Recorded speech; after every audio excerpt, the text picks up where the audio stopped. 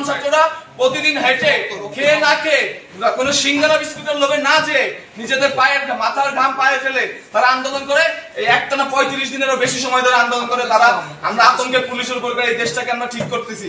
আমরা যখন দেশ সংস্কার করতেছি অরাজনৈতিক ভাবে, আপনারা তখন রাজনৈতিক দলের নেতা কর্মীদের নিয়ে এখানে কি করতেছেন? আজকে আপনারা যদি রাজনৈতিক নেতাদেরকে ইনভাইট করতেন তাহলে আমাদের কেন রাখছেন? আমরা তো কোনো রাজনৈতিক নেতার মানে আন্ডারে আমরা কোনো আন্দোলন করিনি। যেহেতু আপনি পুলিশ কমিশনার সেদিনকে কোনো প্রতিবাদ করতে পারেন না সন্ত্রাসীদের বিরুদ্ধে, আমরা চাই না এই খুলনা কমিশনারের এই আপনার মতো পুলিশ কমিশনার আমরা খুলনায় চাই না। আপনার এই প্রশাসন লেয়াজু ভিত্তিক প্রশাসন, এই প্রশাসন যদি ভবিষ্যতে থাকে আমরা আশা করতেছি আমরা সাধারণ ছাত্র সমাজ আবার একই ঘটনার সম্মুখীন হব। আবার গুলি চালাতে পারেন। আজকে আগের দিন আপনারা লীগের হয়ে গুলি চালাতেন, এর পরবর্তীতে আপনারা হয় বিএনপি হয় অন্য কারণে গুলি চালাবেন। ভাই একটু আপনাদের জুনিয়র অফিসাররা কেন স্বতন্ত্র কমিশন চায়? তারা কেন বলতেছে যে আপনারা আমাদেরকে স্বাধীন করুন? কারণ তারা জানে আবার যখন নতুন রাজনৈতিক দল আসবে, আপনারা সেই নতুন রাজনৈতিক দল যদি চাপে পড়ে তাহলে আপনারা আবার আমাদের বুকে গুলি চালাবেন। আপনারা যে গুলি চালাবেন না এর গ্যারান্টি কি আমাদের দিবেন? কোন ছাত্রের উপরে, কোন জনতার উপরে, নিরাপদ জনতার উপরে, কোন মিছিলের উপরে যে গুলি চলবে না, মিছিল মিটিং যে স্বাধীনভাবে হবে, এর কোন গ্যারান্টি আছে? একটা দল মাত্র রক্ত শুকাইতে পারেনি, তার ভিতরে আপনারা সমাবেশ শুরু করছে, আপনারা তাদের সাথে বসা শুরু করে দিচ্ছেন কেন? এগুলো কেন? আপনারা জবাব দিয়ে আমরা বলি আপনাদের এই খুলনার অনেক প্রশাসন দেখছি সেদিনকে আওয়ামী লীগের আমাদের যখন জোর করে তুলে নিয়ে যাওয়া হয়েছে, আওয়ামী লীগের অনেক আতিপাতি নেতারা আপনাদের আশপাশ দিয়ে ঘুরছে, আপনারা কোনো প্রতিবাদ করতে পারেন নাই।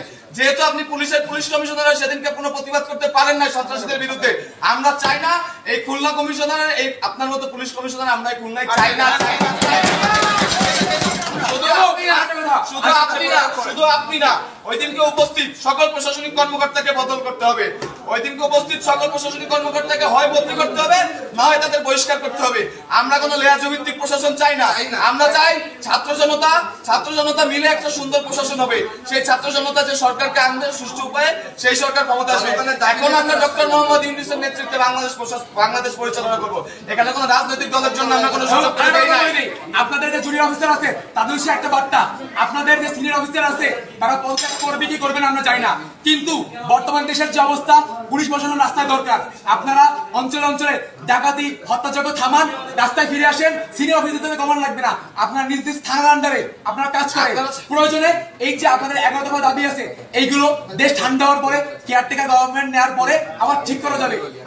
আমরা দাবি করতেছি এই ধরনের যারা লিয়াজু ভিত্তিক উপরের কমিশনার আছে বা ওসি আছে তাদেরকে আমরা সরাবো ইনশাল্লাহ। কিন্তু বর্তমানে দেশের যে অবস্থা, আপনার দেশের শৃঙ্খলা ঠান্ডা করার জন্য আপনারা রাখবেন। এসএম কামাল হোসেন টেবিলে থাবা দিয়ে আমি সেদিন সাহস করে বলছিলাম আপনার প্রধানমন্ত্রীকে এই 9 দফা দাবি মানতে হবে, জাতির কাছে ক্ষমা চাইতে হবে। সেদিন এসএম কামাল হোসেন যখন থাবা দিয়ে বললেন তখন কোথায় ছিল এই প্রশাসন? আমি কেএমপি হেডকোয়ার্টার নিজ দায়িত্বে কথা দিয়ে ঠেকালাম যে স্যার আমার ছাত্ররা কোনো ভাঙচুর করে না, এরা দুষ্কৃতকারী না, আপনার কেএমপি হেডকোয়ার্টারে কিচ্ছু হবে না। এই কথা দেওয়ার পর আমি যখন শান্তিপূর্ণ মিছিল নিয়ে ফেরত যাচ্ছিলাম তখন কেন সেখানে দায়িত্বরত এপিবিএন এবং পুলিশ আমার উপর গুলি চালালো? স্যার আমার শরীরে 11টা গুলি লেগেছে, 11টা গুলি লেগেছে স্যার, 11টা গুলি, 11টা গুলি, এখানে 11টা গুলি লেগেছে। প্রশাসন আমাদের দরকার, প্রথম কথা প্রশাসন আমরা চাই। তবে আমরা প্রশাসনের যে নৈতিকতার যে অবক্ষয় দেখেছি, স্পেশালি আমি পুলিশ বাহিনীকে বলবো তাদের এই নৈতিক অবক্ষয়ের কারণে আজকে পুলিশ প্রশ্নবিদ্ধ, এবং আমরাও এই ক্ষেত্রে ব্যতীত যে আমাদের অনেক পুলিশ মারাও গিয়েছে। বাট তাদের এই নৈতিকতা যদি থাকতো তাহলে আজকের এই সিচুয়েশন দেখা লাগতো না। তবে আমরা কোনো রাজনৈতিক দলকে এখানে প্রমোট করার জন্য আমরা ছাত্র সমাজ এখানেও আসিনি এবং সারা বাংলাদেশে আছেন আন্দোলন। আমরা নিরপেক্ষতার ভিত্তিতে আমরা এই সরকার গঠন করতে চাই, এবং পুলিশ বাহিনীকে আমরা বলবো যে আপনারা যেই ধরনের নেতৃত্ব দরকার বা যে নৈতিকতা থাকা দরকার সেটার ভিত্তিতে আগামী দিনে কাজ করবেন।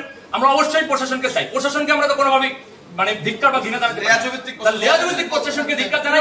এট দ্য সেম টাইম আমরা চাই যে প্রশাসনিক কয়েকজন কর্মকর্তার জন্য যে পুরো ডিপার্টমেন্টকে বরখাস্ত করতে হবে, ডিপার্টমেন্টকে আমরা নিন্দা জানাবো সেটা না।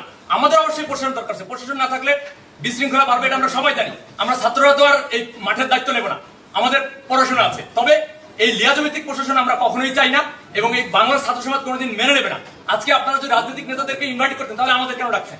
আমরা তো কোনো রাজনৈতিক নেতার মানে আন্ডারে আমরা কোনো আন্দোলন করিনি। এই আন্দোলন কি কোনো আজকে আমাদের ছাত্র প্রতিনিধিদের কাছ থেকে যতগুলো বক্তব্য এসেছে কোনো বক্তব্য না কেটে পুরোটা বক্তব্য আপনারা প্রচার করবেন। এটা বাক স্বাধীনতা, বাংলাদেশ আবার আমরা ফেরত আনছি, এই বাক স্বাধীনতা চিরকাল থাকবে।